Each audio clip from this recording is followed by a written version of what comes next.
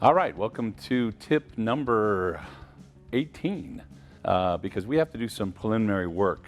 Today we're going to talk about building effective pay plans or building pay plans, and we're going to focus on technician pay plans and service advisor pay plans. And where we have to start is figuring out how much we can afford to pay. Now, if you remember a previous one of our tips where we started about balancing the business. If not, you should go back and find that tip. We were going to pay our technicians, our production. Can't type and talk and write at the same time. About 20% of sales. And we were going to pay our sales team about 10% of sales, and that's a loaded cost, meaning that that takes into account FICA, FUTA, workers' comp, holidays, vacation pay, dental, medical, 401k, anything that we would pay for that employee. Now, in order to balance our margins, which is another tip that we've had, we want to see a labor margin with our sales team out of it, so a production margin of about 64%, which kind of means that we can pay our technicians about 40% of our labor rate. And the reason why that matches, even though 64 and 40 is not 100, is because our labor sales should always be more than our parts sales. So if our labor margin is about 64% and our parts margin is about 58%, we end up with a 62% margin, which is kind of what we want. Now, so for labor, when we calculate, we would look at paying our technicians about 40%. So we're going to pay the tech about 40% of our labor rate, and that has to be our effective labor rate. So that is usually something less than our posted labor rate. And again, that's another tip that we have, talking about how to calculate your effective labor rate, which takes into account a lot of things. So let's assume that we're going to pay a technician $32 an hour.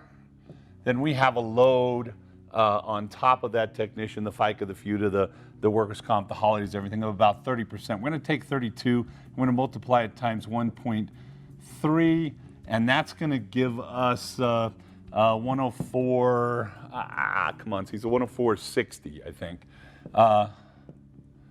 as what we have to charge if my guy is 100%. If he's 100% productive, he works 8 hours, he gets paid 8 hours at $32, and I charge $104.60 as an effective labor rate, then I'm going to balance this out at 40% of my pay. So I need to know what I can afford to pay, so I need to know what my effective labor rate is. Now, again, as my effective labor rate goes up, then my employees' pay can go up even further. The other part of this is there are some kind of rules around paying. And what I want to do in this initial tip is talk about different pay plans and the pluses and minuses of the different pay plans. So let's talk about paying someone hourly. So what is the pluses and minuses of an hourly pay plan? That's an H, by the way, just so that we all know. That's an H. Hourly is a problem because there's no motivation for the employee to do anything more. So what we find when we have people being paid hourly is that they're often unmotivated and they're going to do the minimum requirement. And what we get is a kind of a balanced pay system where the employee is doing just about enough not to get yelled at by the owner. The owner's frustration level is relatively high. It's just not high enough for them to be upset enough to make it, to have a conversation with the employee. It's not a good system because it takes all of the risk and puts it on the business, and the employee has little to do with whether or not they're productive, and they don't have to be productive. So there's no motivation. Now let's talk about flat rate. Flat rate seems to be something that has a bad reputation with many technicians in the industry because they've dealt with flat rate on a dealership level. And years and years and years ago, when you worked for the dealership, flat rate was a great thing because you were doing the same job over and over, and they were paying you pretty good for it. So you might have a 7-hour job that you could do in 2.5 hours as a flat rate technician, and you would have lots of those lined up. Well, the dealerships have kind of gotten wise as to how that affects their bottom line, and they've started to cut back those times. And so a flat rate technician struggles. There's a couple of things that are risky about flat rate. Number one, it might motivate your technician to find and sell things on the car that maybe don't need to be done so that they can stay up on their hours and get their hours. Number two, and probably more likely to happen, is when the business is not slow, then the employee takes the risk. And that's part of the problem with a flat rate pay plan, is that most of the risk, or all of the risk literally, moves over to the technician. Now, I don't like that personally because I think that when you're going to have risk and when you're going to have a pay plan, and I'm the owner and I get the biggest share of the wins, so if the company does really well, I get the largest paycheck, that really the employee should not have all the risk. So here's one of the major problems with flat rate pay plans. The risk is on the employee, and if the business is not busy enough, then the employee can't make enough money to be happy. We need to talk about the third type of pay system, which is a mixed pay system, and what it does is it has an hourly rate and then it has a flat rate thing. I call these mixed systems performance enhanced pay plans, meaning that the employee has a base pay, and if we talk about base pay, we need to talk about Maslow's hierarchy of needs just shortly. Maslow basically says that if an employee, Maslow says that base needs are most important. So if you're not meeting base needs, if you're not meeting shelter, food, warmth, those kind of needs, then you can't think about things like God and how to do your job faster. So base needs are most important. When we talk about pay plans, in the mixed pay plans or the performance enhanced pay plans, in the performance enhanced pay plans, the employee has an hourly rate or a base salary that's enough, I call it beans and rice. It's enough to give them beans and rice. They're going to eat. They're going to make sure that they're able to pay for their house payment or their rent.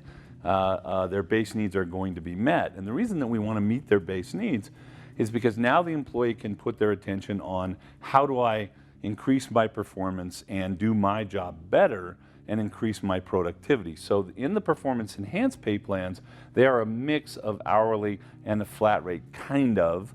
And what happens is, as the employee does what we want, then the employee starts to get bonused more and more. And as the business makes more money, the more production the employee does for technicians. Now, for service advisors, that would be sales and some other things, but for technicians, the more production they do, the higher pay they get. And so pay goes up and up and up. And if you do it correctly, the pay goes up, but the margins for the business stay the same. So you're still paying the employee a percentage of what you bring in, and the business is still keeping the percentage that the business needs to pay. So if we talk about a technician and we say, we got this technician, we go back to that guy that's $32 an hour is his rate, and then he's really, I have to do about 104.60 with his load. If he's not productive, anything under 100%, then my cost goes up and up and up. So right now, he costs me $41.60. But if he's at 60%, then that cost is going to go up dramatically. All right, so that employee, if he costs me $41.60, but he's only 60% productive, meaning that I pay him for 8 hours a day, but he only does 60% of that, for whatever reason. He's slow, we don't do a good job dispatching, we don't have enough cars, whatever reason that is, then my cost for him goes up dramatically, or for that hour. So instead of paying for that hour, we would take 4160, divide it by his productivity, and it would actually say that that hour then cost us, I think it's just over $69. So it should be about $69.33. So our cost went from 41 to 69. We're paying another $28, approximately 27 and whatever it is, for this guy's hour. And then our margins shrink dramatically. So productivity becomes one of the most important things with technicians. If I can keep the guy 100% productive, then my cost is reduced. And if he goes over 100% productive, if he's 110 or 120, then my cost goes down, and I can actually pay him more than this $32 an hour when we are at a higher productivity, over 100%. All right, so we're going to stop here, and we're going to carry on in the next tip. So be sure and see our next tip next week, tip number 19.